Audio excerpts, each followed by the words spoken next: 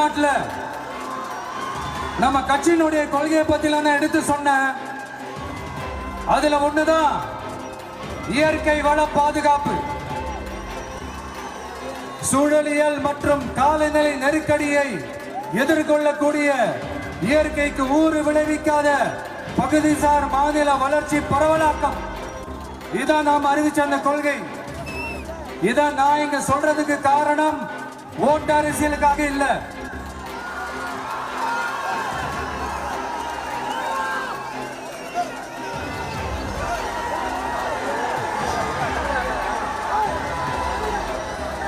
இன்னொரு தீர்மானம் அதே மாநில மாநாட்டில் நான் சொன்னேன்.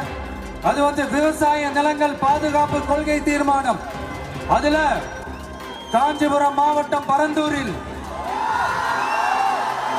1000க்கும் மேற்பட்ட ஏக்கர் பரப்பளவில் 13 நீர்நிலைகளை அழிச்சு சென்னை நிரந்தரமாக வெள்ளக்காடு.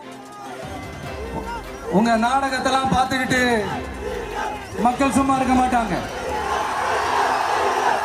நீங்க உங்களோட வசதிக்காக அவங்களோட நிக்கிறதும் அவங்களோட நிக்காம இருக்கிறதும் நாடகம் ஆடுறதும் நாடகம் ஆடாம இருக்கிறதும் அது சரி. நம்புற மாதிரியே நாடகம் ஆடுறதுல தான் நீங்க கில்லாடிங்களாச்சு. அதையும் மீறி நம்ம விவசாயிங்க உங்க போராட்டத்துக்கு எதிராக போராடினாங்கன்னா பிரச்சனை தான். அதனால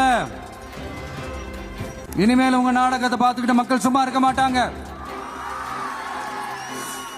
உங்களோட இந்த விமான நிலையத்துக்காக நீங்க ஆய்வு செஞ்ச இடத்தை மறு ஆய்வு செய்யணும்னு ஒன்றிய அரசுக்கும் மாநில அரசுக்கும் நான் கேட்டுக்கிறேன்.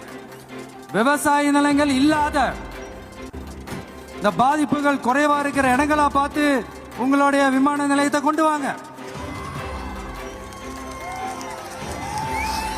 வளர்ச்சி தான் மக்களை முன்னேற்றம். ஆனா அந்த வளர்ச்சின்ற பேர்ல நடக்கிற அழிவு மக்களை ரொம்பவே பாதிக்கும்.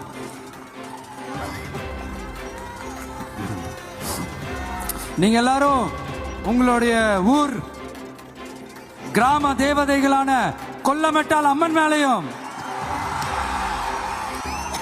எல்லை அம்மன் மேலையும் ரொம்பவே நம்பிக்கை வச்சிருக்கீங்கன்றது எனக்கு தெரிஞ்சது. அந்த நம்பிக்கை இழந்துடாதீங்க. உங்களுக்காகவும் உங்க ஊருக்காகவும் இனி உங்க வீட்டு பிள்ளையான நானும் தமிழக வெற்றி கழகத்தோட தோழர்களும் சட்டத்துக்கு உட்பட்டு எல்லா வழிகளிலும் உங்களோட உறுதியான